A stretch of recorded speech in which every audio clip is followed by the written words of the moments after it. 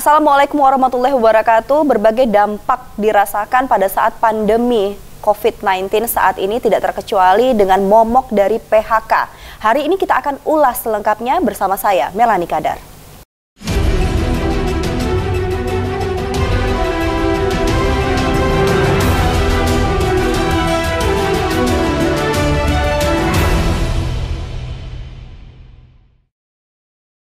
Sejumlah narasumber telah hadir pada hari ini. Saya sapa terlebih dahulu Pak Bahari selaku Kepala Dinas Kertrans Provinsi Jambi. Assalamualaikum. Assalamualaikum warahmatullahi wabarakatuh. Waalaikumsalam. Pagi dan sehat ya Pak? Iya, sehat-sehat. Sehat-sehat saja karena kita akan bicara mengenai nasib orang banyak. Makanya Bapak kami minta hadir untuk bicara hari ini. Siap.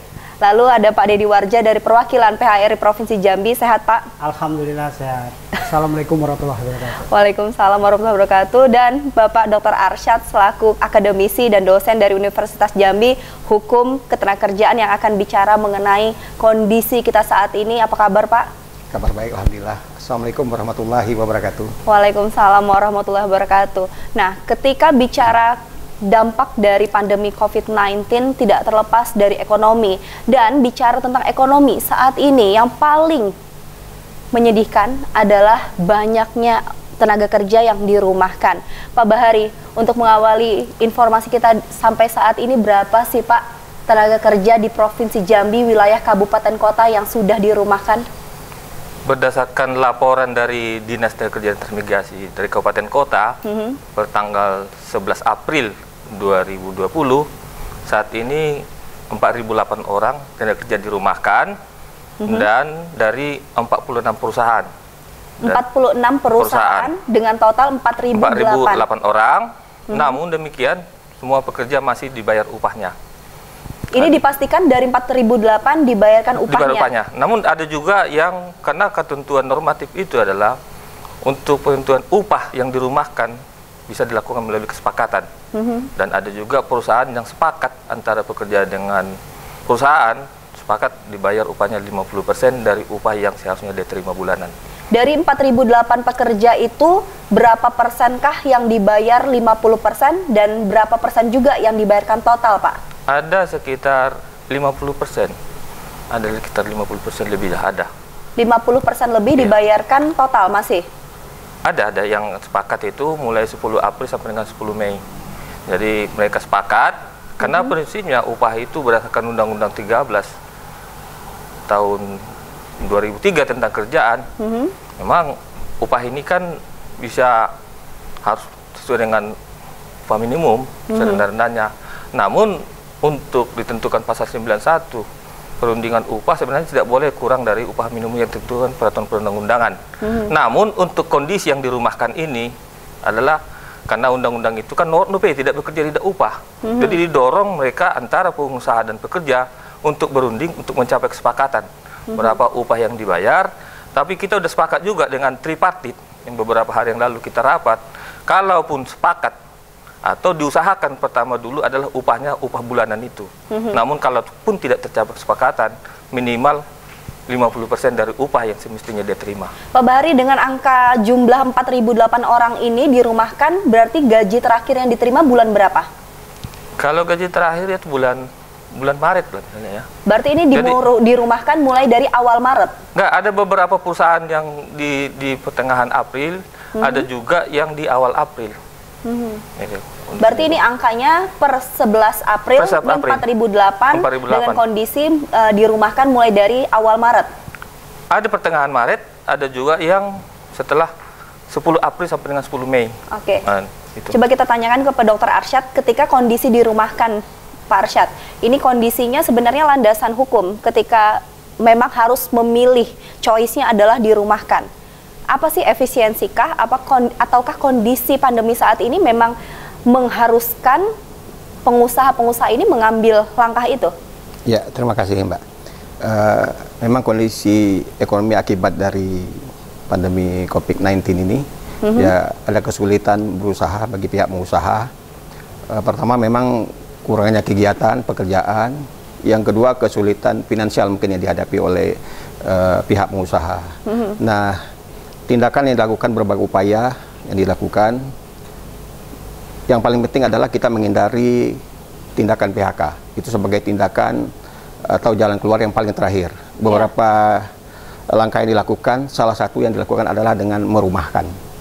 Atau mungkin bahasanya meliburkan pekerja atau buruh. Secara normatif, istilah merumahkan ini tidak dikenal dalam Undang-Undang Ketenagakerjaan sebenarnya. Tidak dikenal istilah merumahkan ini ya. Cuma lalu kita menerjemahkan karena kita harus mencari tahu ini sebagai tindakan apa, karena kita akan mencari dasar hukumnya, umpamanya terhadap hak-hak pekerja terhadap upah dan sebagainya, termasuk kewajiban pengusaha terhadap pekerja.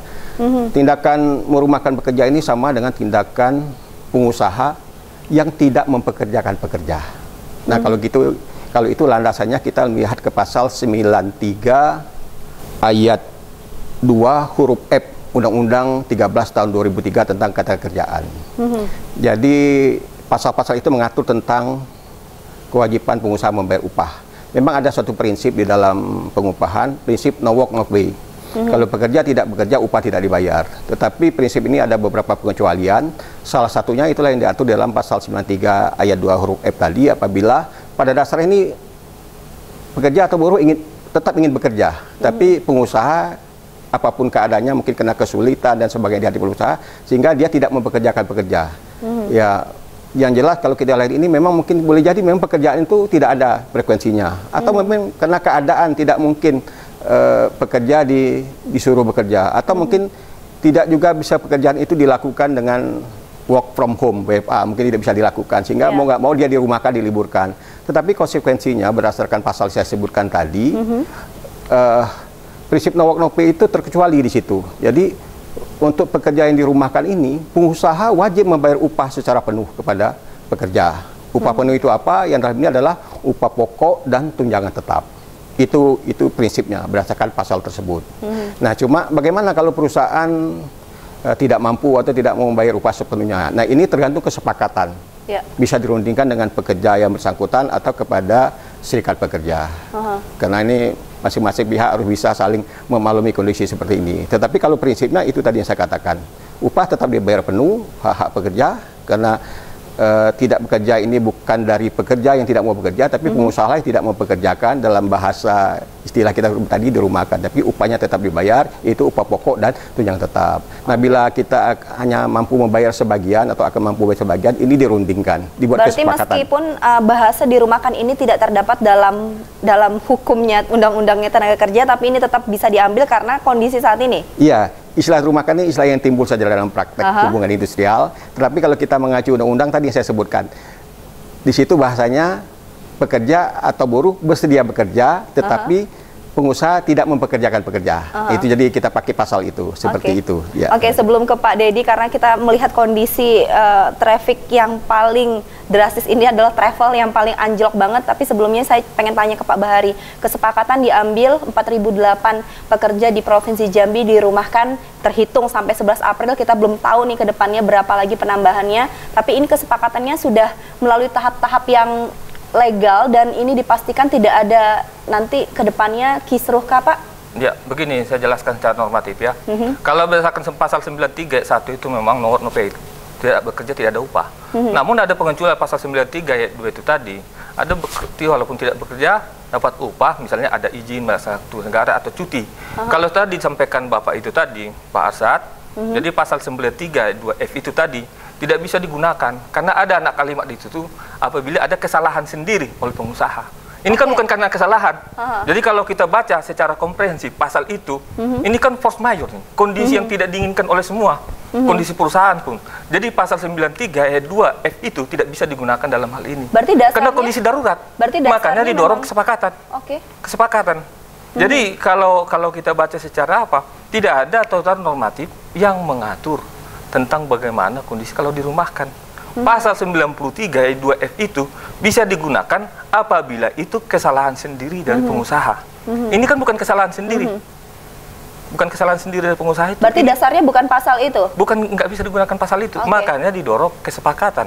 Jadi kesepakatan dirundingkan ala pekerja dengan buruh, dengan pengusaha, berapa sepakati. Cuma kita menghimbau, kalaupun terjadi kesepakatan, jangan lebih rendah dari undang-undang. Jangan lebih rendah dari undang-undang. Kedua, Kalaupun kondisi itu lagi tidak memungkinkan, sekurang-kurangnya 50% dari upah minimum. Itu dibayarkan. Kedua juga ada juga sepakat kita, perusahaan itu jangan sampai mem-PHK karyawan. PHK ini adalah akhir atau upaya-upaya yang lain setelah dilakukan, tidak ada lagi upaya yang dilakukan baru telah dilakukan PHK. Oke, nanti akan kita lanjutkan bicara hal itu, tapi saya pengen tanya dulu deh ke Pak Dedi. PHRI adalah badan yang paling sedih dengan kondisi saat ini. Travel anjlok karena hotel dan restoran pastinya impact daripada travel juga, Pak Dedi. Untuk di Provinsi Jambi sendiri, berapa sih hotel dan juga restoran yang terdampak ini, Pak? Kalau kita bicara berapa sih total, ada yang belum melaporkan ke kita juga, tapi total dari anggota kita itu hampir 200 anggota ada perhotelan dan restoran. Nah, tentu kalau dilihat untuk karyawannya yang dirumahkan, kata Bapak tadi itu ada sekitar 1000-an ya, 1000 lebih. 1000? Iya, kita data dan kita udah kirim data ke Disnaker juga. Berarti angka penyumbang terbesarnya juga dari PHRI ya? Iya. 1000-an ya? Hampir 1000 lebih, Pak. 1000 lebih? Iya. Itu hotel berbintang berapa Bintang saja? dan Melati, Pak. Dari Hotel 5 sampai Melati? Iya. Semuanya? Hotel bintang dan bintang. Wow. Jadi memang tragis sekali nih. Benar. Jadi angka 1000 itu dirumahkannya mulai tanggal berapa? Mungkin dimulai, benar kata Pak Bahari tadi. Pak Kadis dibilang mulai dari Maret kemarin udah ada juga sih, udah mulai. Nah, Maret, April ini juga bakal ada lagi yang nyusul-nyusul juga, Mbak. Soalnya tergantung. Kalau kita di perhotelan biasanya kita dirumahkan itu kita ambil 15 hari kerja, 15 hari libur. Jadi benar 50%-nya harus kita bayarkan. Berarti 15 hari kerja, 15 hari libur, jadi yang dibayarkan hanya 15 hari kerja? Iya, karena kita mengurangi jam kerja aja. Mengurangi jam kerja. Tapi berarti artinya gajinya juga separuh dibayarin? Iya. Per bulan itu? Iya. Tapi tidak mengartikan katanya adalah ini dipecat di PHK? Oh bukan, tidak. Kalau di PHK, kalau ini kembali normal, berarti kan tidak dipekerjakan lagi. Tapi ini tetap kita pakai terus. Oke, nanti akan kita lanjutkan pembahasannya setelah jeda pariwara berikut ini.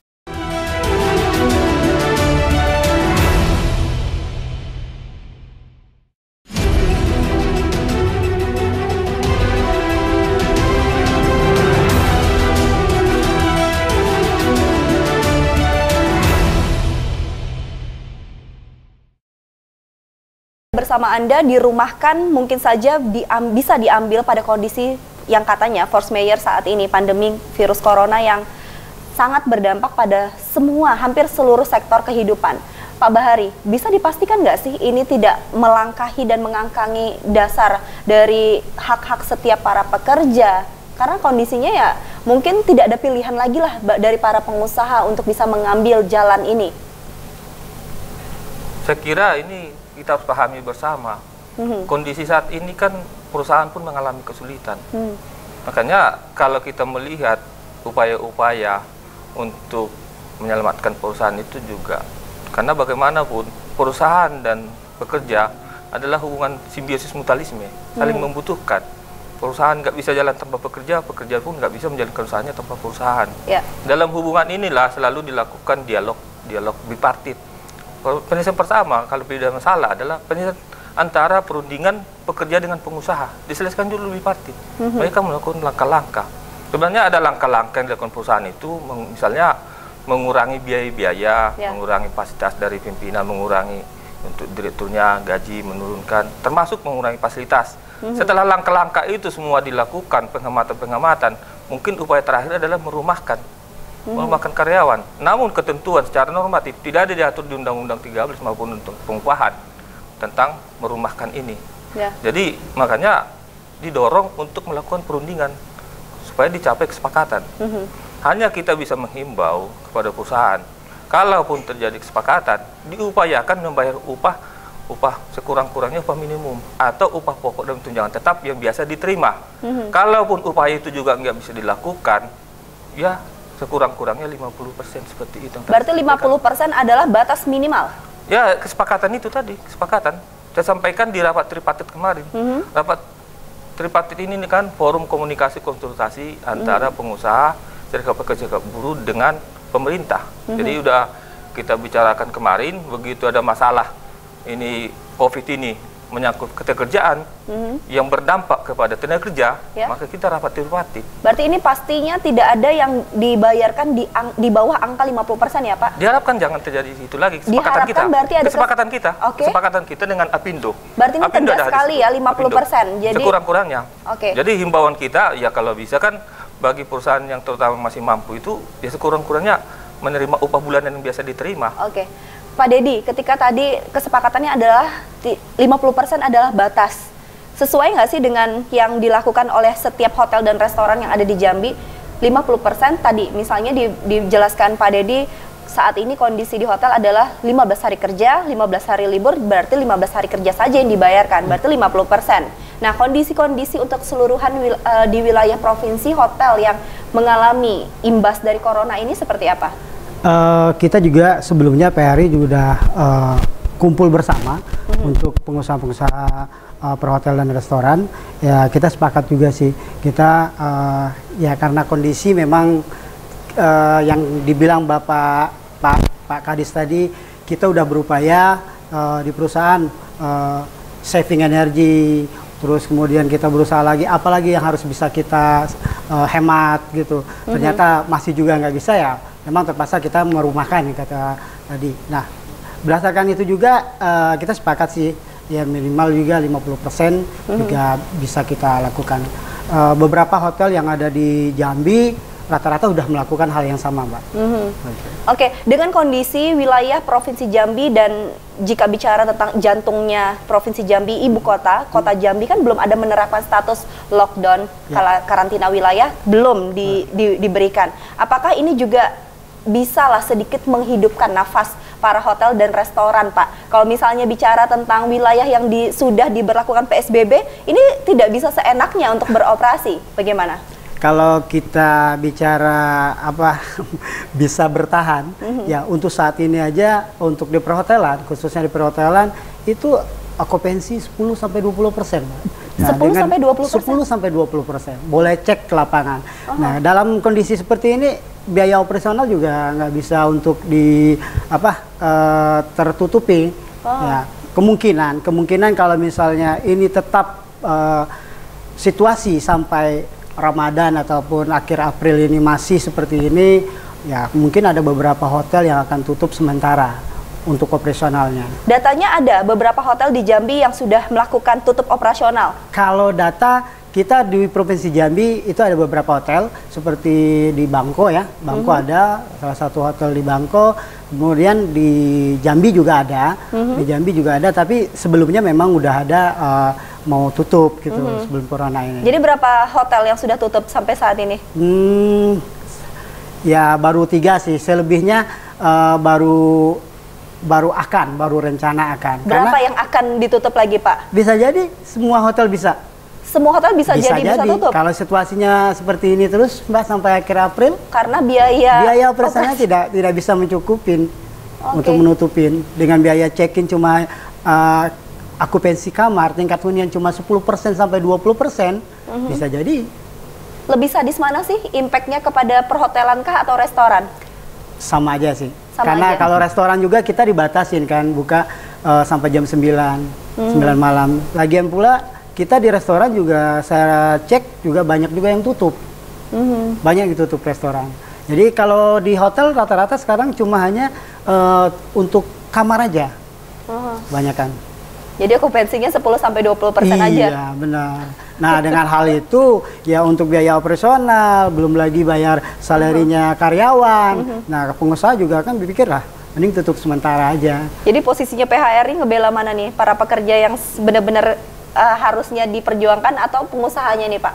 Kedua-duanya sih, Pak. Kedua-duanya sih. Jadi biar aman dua-duanya. Jadi kesepakatan yang Pak Bahari bilang. Ya, tergantung lagi kembali. Kita juga sebelumnya udah kumpulkan para karyawan, ya kita bikin suatu kesepakatan bersama.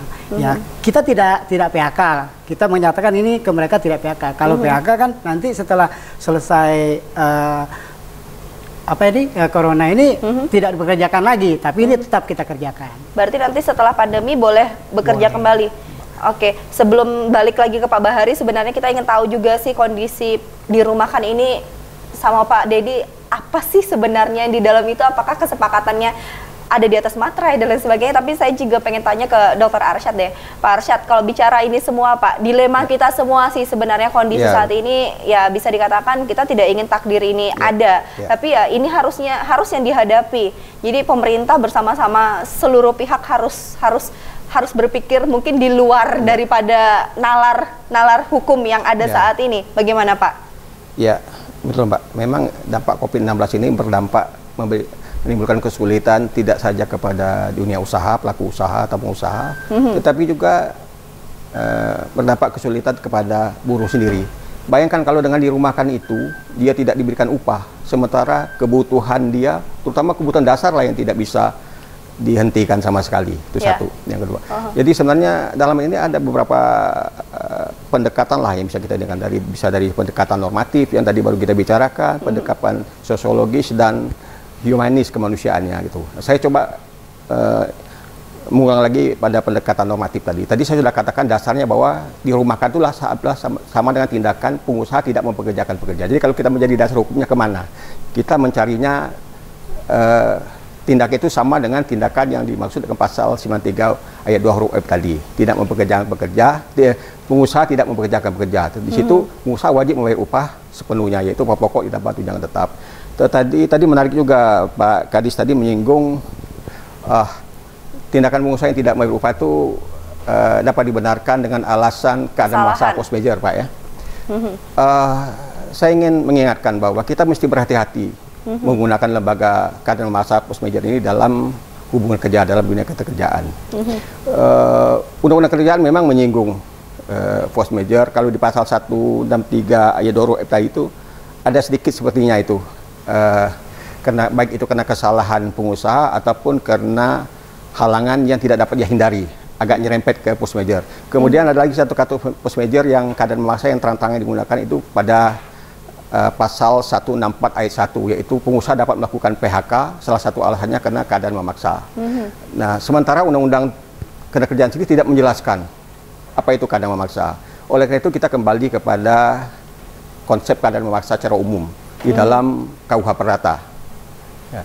Di dalam KUH Perdata atau BW, dia tidak memberi pengertian keadaan memaksa itu apa, tetapi ada dua konsep keadaan memaksa di sana.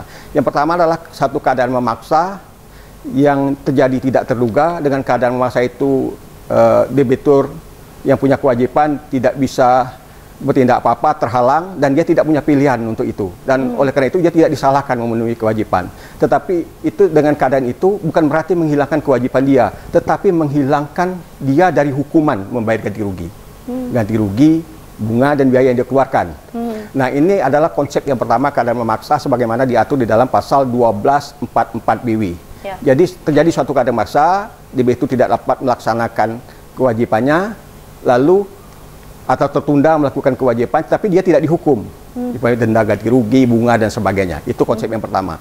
Yang kedua adalah konsep keadaan memaksa yang dijadikan alasan untuk mengakhiri suatu hubungan hukum, yaitu konsep keadaan memaksa sebagaimana disebutkan dalam pasal 1381 BW, yaitu salah satu alasan yang menyebabkan berakhirnya suatu perikatan, suatu hubungan hukum, dan dipertegas di dalam pasal 1444. Itu adalah keadaan maksa yang benar-benar mutlak, keadaan maksa karena musnahnya barang yang terutang. Jadi yang mau dikerjakan sudah nggak ada lagi. Dan ini musnah ini bersifat permanen. Nah, pertanyaannya, apakah COVID-19 ini kita kategorikan dalam keadaan maksa? Baik itu di dalam penerapan pasal 93 ayat 2 huruf F tadi, maupun saya agak melangkah sedikit, dijadikan sebagai alasan PHK. Nah, saya coba yang pertama. Yang pertama itu bahwa COVID-19 ini menurut saya tidaklah bisa kita katakan sebagai keadaan maksa untuk membebaskan pengusaha untuk membayar upah. Tidak bisa. Tidak bisa dijadikan sebagai itu. Karena COVID-19 ini pertama, COVID-19 ini sifatnya kita nggak bisa pastikan apakah berlangsung terus-menerus seumur hidup seperti keadaan maksa. Tidak, ini saya pikir sifatnya temporary. Kita berdoa saja, mudah-mudahan 1-2 hari ini selesai umpamanya. Kita berdoa saja itu. Yang kedua, dengan COVID-19 ini, pengusaha masih punya alternatif pilihan. Dia bisa menjadi sumber dana yang lain, apalagi pengusaha. Ya maaf, pengusaha itu kan bukanlah kegiatan bisnis itu kegiatan terencana, Pak. Bukanlah kegiatan yang hari itu dapat duit, sorenya habis, lalu cari lagi paginya. Tidak. Tadi dia punya dana cadangan dan sebagainya. Jadi dia masih punya pilihan-pilihan tindakan. Kalau pada masa orang tidak punya tindakan sama sekali. Seperti itu. Jadi menurut saya pasal 93 ayat 2 huruf F itu, kewajiban itu tetap ada. Cuma kita dengan tetap mendahulukan perundingan kesepakatan. Nah, kalau itu memang menjadi dasar, karena bagaimanapun ini adalah hubungan keberatan. Kuncinya ada pada Pak Bahari juga bisa tanggapi. Mungkin dari bahasa Dr. Arsyad, ini harus ditimbang dulu deh, force majeure-nya benar nggak sih? Karena jangan sampai nanti merumahkan tenaga kerja, tapi ini juga dapat menjadi dalil para pengusaha untuk bisa meringankan bebannya. Setelah jeda pariwara berikut ini, nanti kita akan lanjutkan Pak Arsyad.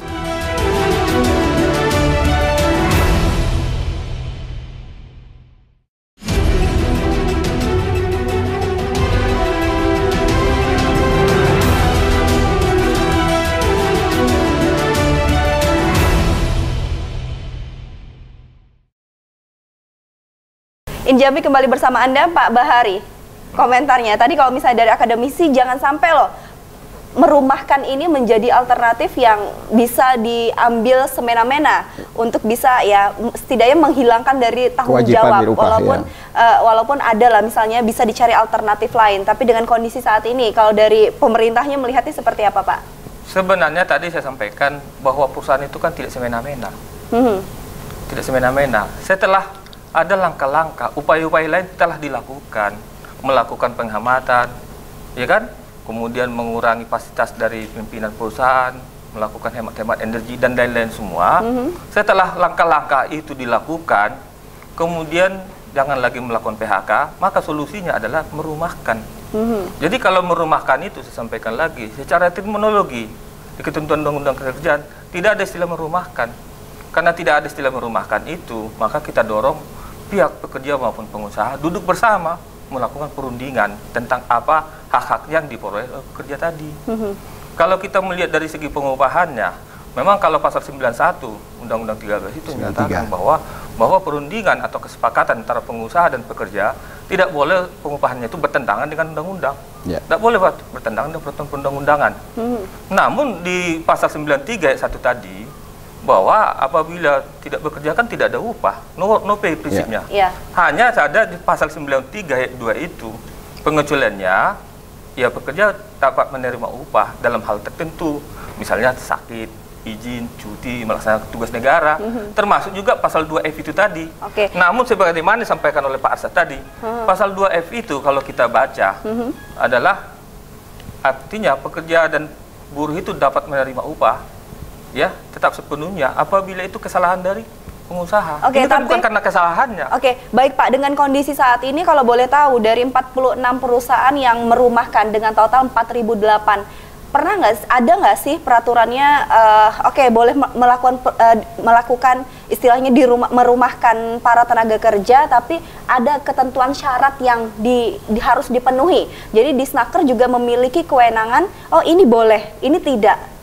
Ada tidak Pak peraturannya seperti itu? Jadi bukan hanya kesepakatan antara perusahaan dan juga tenaga kerja boleh, tapi ada tidak evaluasi dan juga setidaknya kayak fit and proper test deh pejabat. Jadi ini boleh ya, perusahaan A, B, C, D merumahkan dengan persyaratan yang sudah dipenuhi mereka. Kalau kita melihat kan pada prinsipnya kan hubungan kerja itu lahir dari karena perjanjian. Jadi hubungan kerja adalah hubungan antara pengusaha dan pekerja yang didasarkan pada perjanjian kerja. Jadi perjanjian kerjanya itu dilihat. Jadi kita juga melihat untuk penyelesaian segala persoalan atau apapun masalahnya, diutamakan dulu penyelesaian perunding secara bipartit antara pengusaha dan pekerja. Berarti tidak ada rohnya di situ dulu. Berarti tidak ada rohnya masuk Disnaker ataupun pemerintah dalam hal itu. Tapi ketentuannya menyatakan bahwa perundingan kesepakatan antara pekerja dan pengusaha tidak boleh bertentangan dengan undang-undang. Ya kan? Tidak boleh bertentangan. Berarti jadi, hadirnya pemerintah jika ada permasalahan baru hadir pemerintah. Ya aturan normatifnya sudah cukup jelas. Ya kita tetap hadir. Pak Arsyad, komentarnya Pak, karena ini sangat juga bisa relevan dengan kondisi saat ini ketika bicara pandemi. Jadi ya semuanya sudah dilalui, misalnya tidak fasilitas sudah dikurangi, semuanya sudah dilalui tapi juga tidak menutup operasional. Tapi di sini kata kuncinya tidak ada persyaratan khusus bagi perusahaan apapun yang boleh merumahkan. Iya, makanya dirumahkan itu cuma istilah yang timbul dalam praktek hubungan industrial.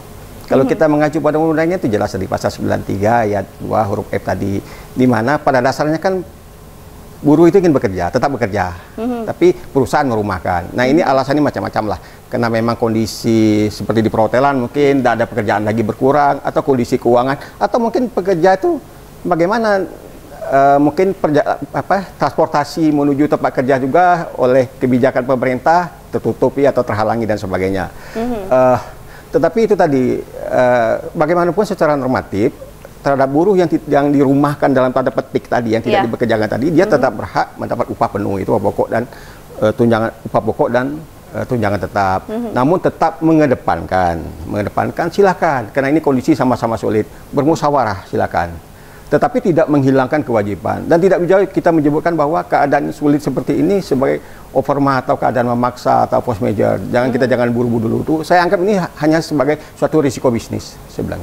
Risiko bisnis. Ya, risiko bisnis. Okay. Yang dihadapi karena ini dari sisi normatifnya. Ya, kemudian kewajiban kita memberi upah kepada pegawai di rumah ini juga mungkin kita bisa lihat dari sisi sosiologis dan sisi kemanusiaannya. Bagaimana orang yang selama ini bekerja dengan kita, membesarkan perusahaan kita, pada saat sulit seperti ini, masa dia tidak bekerja lalu tidak kita berikan upah? Artinya dia punya kebutuhan hidup untuk memenuhi kebutuhan dasar. Orang lain saja yang selama ini bukan sebagai majikan dia dalam tanda petik kalau Isalama tadi, malah membantu dia, malah dia itu adalah karyawan kita, masih status karyawan kita membiarkan dia terlantar seperti itu. Ini dari sisi kemanusiaan. Jadi saya kira memberi upah kepada pekerja yang dirumahkan itu baik secara normatif, secara sosiologis dan secara kemanusiaan adalah yang patutlah yang diberikan oleh pengusaha. Saya kira, saya yakin pengusaha ini ya kalau masalah sebut kesulitan, orang nanti semua akan bilang kesulitan semua seperti itu kan. Saya juga akan bilang sama pemerintah, saya nggak bisa bayar pajak karena COVID-19. Saya bilang sama istri saya nggak bisa beli beras karena COVID-19. Apakah saya bilang ini keadaan maksa sehingga saya dibebaskan dari kewajiban saya? Wah, kalau seperti itu saya bilang bisa merembet kemana-mana ini seperti itu. Kalau COVID-19 ini, saya kira ini COVID-19 tidak berlangsung terus-menerus, Pak. Pak Dedi, coba yang dalam hal teknis, karena Pak Dedi adalah salah satu GM di hotel yang besar juga di Kota Jambi. Pak Dedi, dengan kondisi saat ini, saya pengen tanya, sebenarnya dirumahkan itu adalah kesepakatan yang diambil perusahaan karena ketidakmampuannya, ataukah memang ada sisi-sisi yang beberapa karyawan, mungkin banyak karyawan juga, ya udah nggak usah keluar rumah karena takut juga terpapar COVID-19. Gimana, Pak? Ya, berawal dari virus ini, corona ini, ya kita juga kan udah berjalan udah beberapa bulan ya, udah hampir 2 bulan 3 bulan ya, Februari. Nah, puncaknya mulai masuk ke Maret kemarin, di perusahaan-perusahaan juga udah mulai merasakan, apalagi di Kota Jambi khususnya. Semenjak ada instruksi wali kota, restoran ditutup, ya kan, pembatasan waktu. Nah, baru kita mulai terasa tingkat hunian menjadi sepi. Nah, berawal dari sana juga, ya kita juga mengambil kebijakan dalam arti kata di perusahaan-perusahaan untuk membebani biaya operasional aja udah nggak sanggup. Jadi kita kumpul dulu sama karyawan, kesepakatan bersama, sesuai dengan Pak Bahari bilang tadi. Setelah menemui kesepakatan baru, tapi tidak semuanya itu tidak kerja atau di rumah semua, enggak selama 1 bulan, enggak. Tapi ada waktu kita kasih waktu mereka, misalnya 15 hari kerja, 15 hari libur tadi, Mbak.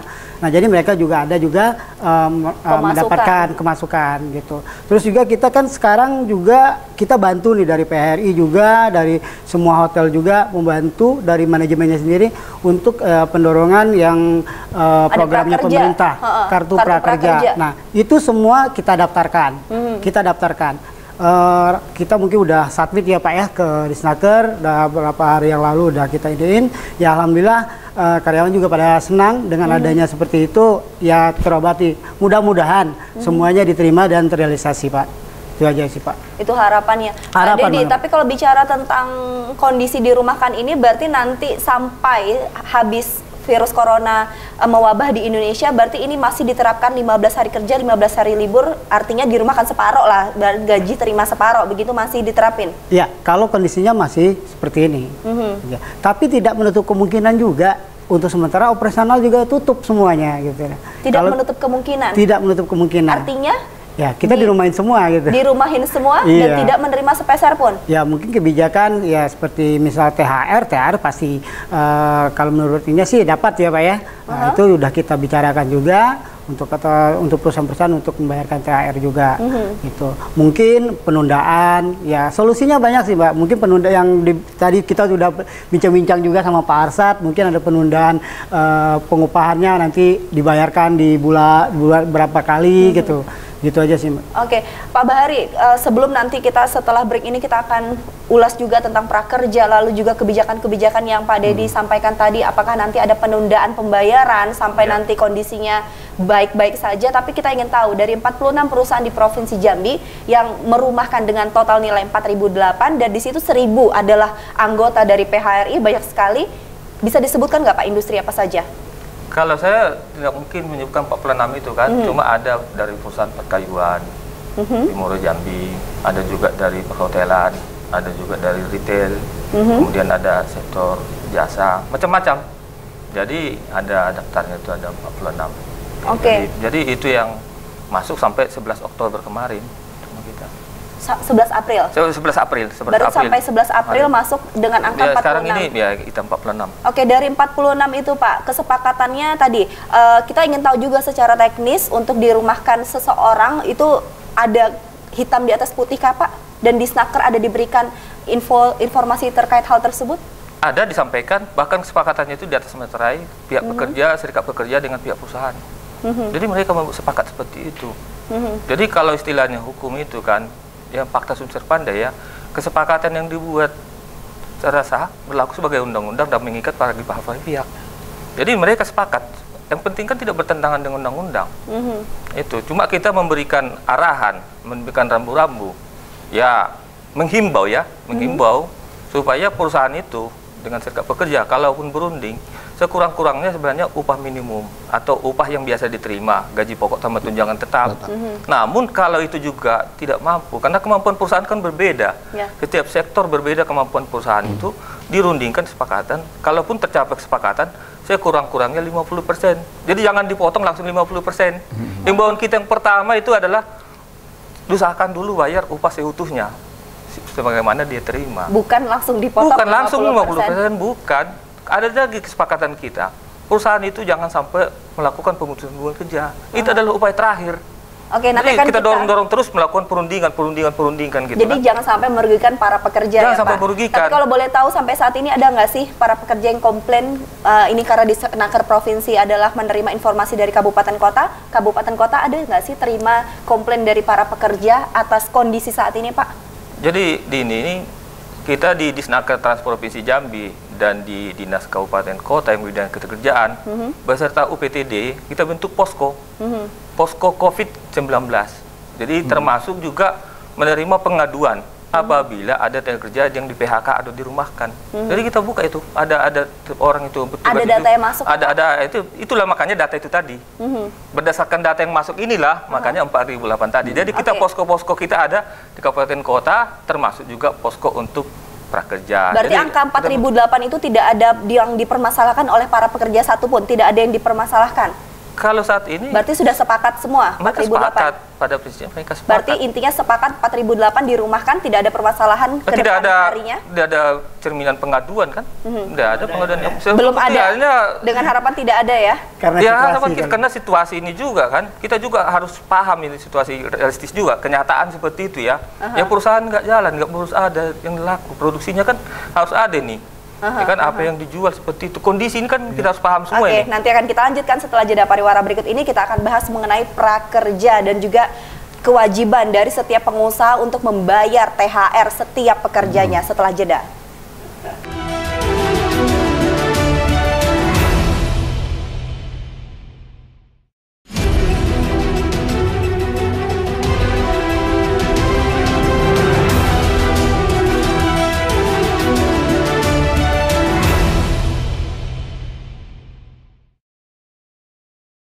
Injambi kembali bersama Anda. Di segmen terakhir ini sebenarnya kita ingin pastikan kembali Pak Bahari bahwa para pekerja yang dirumahkan ini jangan sampai berpikiran mereka nanti kemudian hari bakal dipecat, di PHK dan diganti dengan para pekerja yang lebih baik lagi. Jangan sampai ini adalah kondisi alasan yang dibuat para pengusaha untuk bisa mengamankan pada situasi yang tepat saat ini Pak Bahari. Jadi kita menginginkan ketegasan ini yang diambil oleh pemerintah. Jadi tidak main-main, dirumahkan ini tidak main-main untuk bisa diambil keputusannya, tapi ini adalah keputusan yang menjadi pilihan dengan kondisi sulit saat ini. Ya. Pak Bahari, bisa ditegaskan sekali lagi agar para pekerja tidak khawatir. Ya, kalau himbauan kita kepada perusahaan, yang pertama kan dirumahkan itu kan upaya terakhir juga. Dan termasuk juga PHK. Jangan sampai perusahaan itu melakukan pemutusan hubungan kerja, dilakukan dulu upaya-upaya yang lain, terutama mendorong perundingan dulu antara pihak pekerja dan pengusaha. Langkah-langkah itu dilakukan dulu. Setelah langkah-langkah itu nggak bisa lagi dilakukan, baru upaya dirumahkan. Setelah dirumahkan juga, ternyata juga tidak mungkin lagi dilanjutkan hubungan kerja itu, baru PHK. PHK ini pun upaya terakhir. Ini kita himbau kepada perusahaan, supaya perusahaan itu jangan melakukan pemutusan hubungan kerja. Dilakukan dulu tahap-tahap perundingan, langkah-langkah, ya bagaimanapun dengan segala upaya-upaya. Jadi pihak pengusaha, Apindo, Serikat Pekerja Serikat Buruh, dan pemerintah akan duduk bersama ini sentiasa bagaimana supaya jangan terjadi pemutusan hubungan kerja. Namun apabila itu juga telah dilakukan upaya-upaya, kalaupun terjadi pemutusan hubungan kerja, diselesaikan sesuai dengan undang-undang. Oke.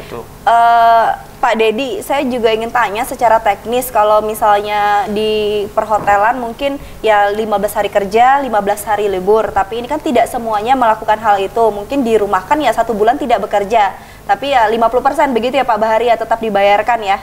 Sekurang-kurangnya. Sekurang-kurangnya 50%. Artinya itu jaring pengaman, jangan jadi itu yang digunakan. Oke. Jadi jaring pengaman ini kan seharusnya nggak usah disentuh.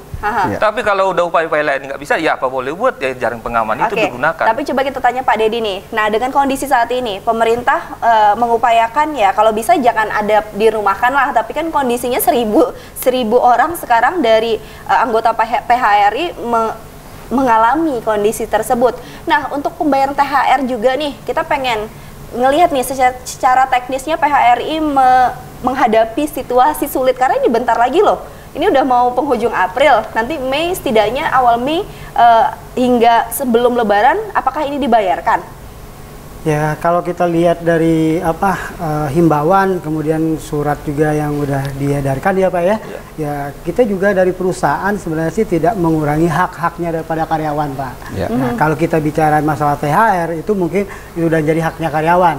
Ya kan udah berjalan 1 tahun sampai bulan berjalan.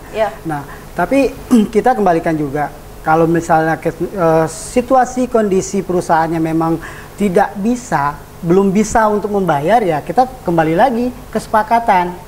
Kesepakatan tadi bagaimana dengan karyawan tadi. Ya, kalau karyawannya mau, misalnya tadi udah dikatakan mungkin secara bertahap, ya kan, ya 2 bulan nggak masalah, misalnya itu tergantung kesepakatan Mbak. Berarti sampai saat ini belum diputuskan mengenai pembayaran THR? Ya tergantung di perusahaannya sendiri. Perusahaannya sendiri bagaimana dengan karyawannya. Nah, gitu, jadi PHRI menampung dari ratusan kita sesuai dengan imbauan menyarankan kepada pengusaha-pengusaha perhotelan dan restoran maupun yang lain juga untuk ya kalau bisa ya dibayar gitu. Kalau bisa dibayar, itu kalau bisa. Kalau sesuai tidak, dengan situasi kondisi perusahaan sendiri ya Pak ya. Jadi kalau tidak nanti mengambil jalur bertahap pembayaran. Bisa, itu salah satu solusinya. Oke, memang begitu Pak Bahari. Jadi kalau misalnya tidak dalam kondisi pandemi virus corona ini masih berlangsung hingga Mei, berarti boleh melakukan pembayaran THR bertahap dengan sesuai kesepakatan. Kalau secara normatif, kembali saya sampaikan ya, bahwa itu kan hak karyawan memang THR itu ya.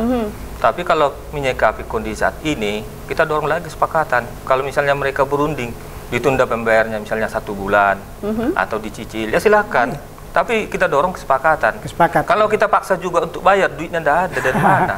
Akhirnya nanti kesepakatan itu kita paksa juga di atas kertas. Jadi ini jangan kita, tapi bukan berarti perusahaan yang mampu itu berkelit di sini tidak mau bayar. Jangan jadi itu alasan dia untuk tidak membayar THR. Oke, Tetap berarti dia melakukan pembayaran tapi itu. dipastikan 4.008 tenaga kerja yang dirumahkan saat ini diusahakan untuk bisa dibayarkan THR-nya untuk sejumlah perusahaan 46 tadi yang melakukan perumahan dari tenaga kerjanya. Makan ya, kita dorong untuk situ. Didorong oleh pemerintah. Iya, kita himbau supaya jangan sampai terjadi penyimpangan. Oke, kalau Pak Arsyad melihat hal ini Pak, karena nih benar-benar tragis kondisi saat ini ketika bicara tentang tidak mampu, karena kita ketahui juga banyak perusahaan kelapa sawit dan juga karet di Provinsi Jambi yang menutup operasionalnya karena proses ekspor dan juga impor tidak bisa dilakukan. Jadi ya beroperasi itu sungguh sulit pada kondisi saat ini Pak. Ya, terima kasih Mbak.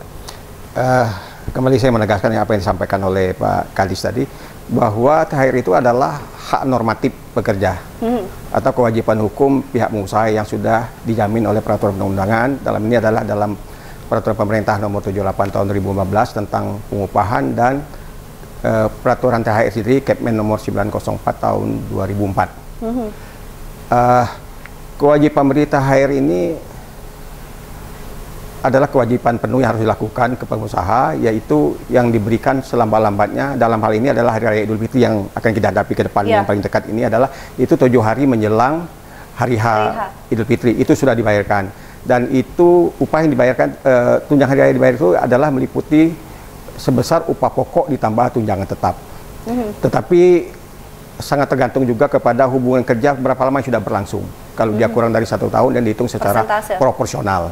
Saya melihat gini, pemberian THR ini bukanlah kebutuhannya dadakan. Karena ini kan dihitung dari masa kerja per tahun. Artinya pengusaha jauh-jauh hari sudah menghitungkan ini bagian dari labor cost yang harus diberikan pada saatnya nanti. Dan angkanya lebih relatif pasti gitu. Tetapi bagaimanapun dengan kondisi kesulitan itu, tapi pengusaha juga harus punya itikat baik. Seperti yang disampaikan, jangan pula nanti semua berkelit, ini keadaan sulit segala macam. Pas lagi enak, nggak ngungkapin kelebihannya, pas lagi kesulitan baru ngungkapin sama karyawan kita ini lagi susah, kalau pas lagi senang lupa, nggak juga seperti itu juga. Yang menurut saya juga ini harus ada itikat baik dari pengusaha juga. Nah, kunci yang terakhir adalah bagaimanapun ini adalah hak keperdataan, adalah dibuat kesepakatan. Kalau bisa memang haknya tetap dibayar penuh, tetapi mungkin dibayar dengan cicilan ya. Dan memang diperlukan kearifan semua pihak dalam ini, tetapi dengan tidak mengurangi hak pekerja. Bagaimanapun juga pekerja itu juga butuh untuk kehidupan dia, ya pengusaha juga butuh untuk kelangsungan usaha. Saya pikir begitu, Pak. Oke, jadi jangan berkelit dengan kondisi saat ini. Jadi kalau misalnya lagi enak, perusahaannya juga setidaknya ada lebihnya dikasihkan kepada para pekerja. Pengusaha juga punya itikat baik, pekerja juga jangan ngotot gitu ya, gitu Pak. Jadi ada keseimbangan lah. Karena teknisnya Pak Dedi nih. Pak Kadis datang di tenaga kerja ya Pak ya. Sama-sama timbang rasa lah. Oke, nah ini yang terakhir sebenarnya alhamdulillah juga yang dilakukan oleh pemerintah pusat adanya kartu prakerja yang diterbitkan kepada setiap orang pekerja yang mengalami kesulitan dalam kondisi ini.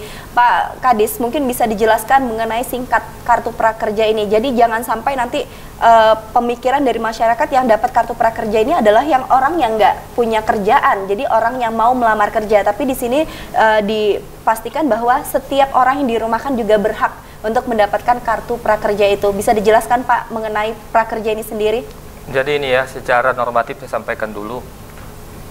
Kartu apa ini, kalau istilah ketentuannya ya, diatur di Perpres 36 tahun 2020.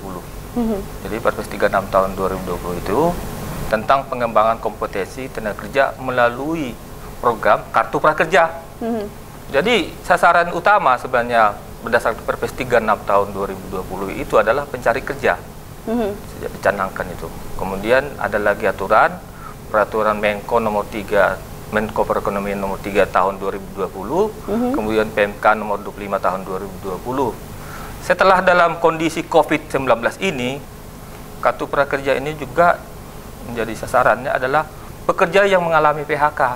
Atau dirumahkan, dan juga pencari kerja. Terutama juga pekerja ini kan bukan hanya dalam hubungan kerja, termasuk juga hubungan dari UMKM, sektor informal. Jadi kalau kita melihat yang di PHK itu pun yang dirumahkan tidak menerima upah. Kalau masih menerima upah sebenarnya tidak masuk sasaran. Berarti yang masih menerima batasan 50% ini tidak bisa mendapatkan Tidak bisa, prakerja. kalau masih dirumahkan dia bisa menerima upah, tidak termasuk. Jadi itu pun juga kalau tenaga kerja yang di PHK itu tadi. Jadi penjelasan seperti itu perlu disampaikan juga, bahwa untuk mengajukan itu sebenarnya mudah. Melalui ada aplikasinya ya. Diajukan aja kartu prakerja. Jadi itu langsung ke pusat ke Jakarta dengan mengupload nama, ya, nomor induk, kependudukan, kemudian nomor HP, nomor email itu. Berarti pendaftarannya memang personal ya Pak ya? Personal. Bukan melalui bisa kolektif melalui perusahaan? Bukan. Kalau semula memang kita mendaftarkan situ melakukan pendataan Pak. Oke, baik, Pak. Jadi yang kita lakukan seperti tadi yang sampaikan itu ke Disnaker itu kita hanya mendata. Karena akhirnya nanti setelah ini lengkap semua, bahkan ada di situ saya lihat caranya itu ada 3 tahap itu, termasuk juga mengupload foto sama KTP ya, selfie itu ya. Kemudian ada lagi ujiannya itu sekitar 15 menit itu, ujian tentang motivasi dan termasuk matematika dasar pada yang bersangkutan itu. Berarti ada ujiannya juga ya? Ya, setelah dia masukkan aplikasi itu. Tes lisan. Oke, berarti ini dipastikan kartu prakerja ini diperuntukkan bagi orang yang mencari kerja dan orang yang di PHK.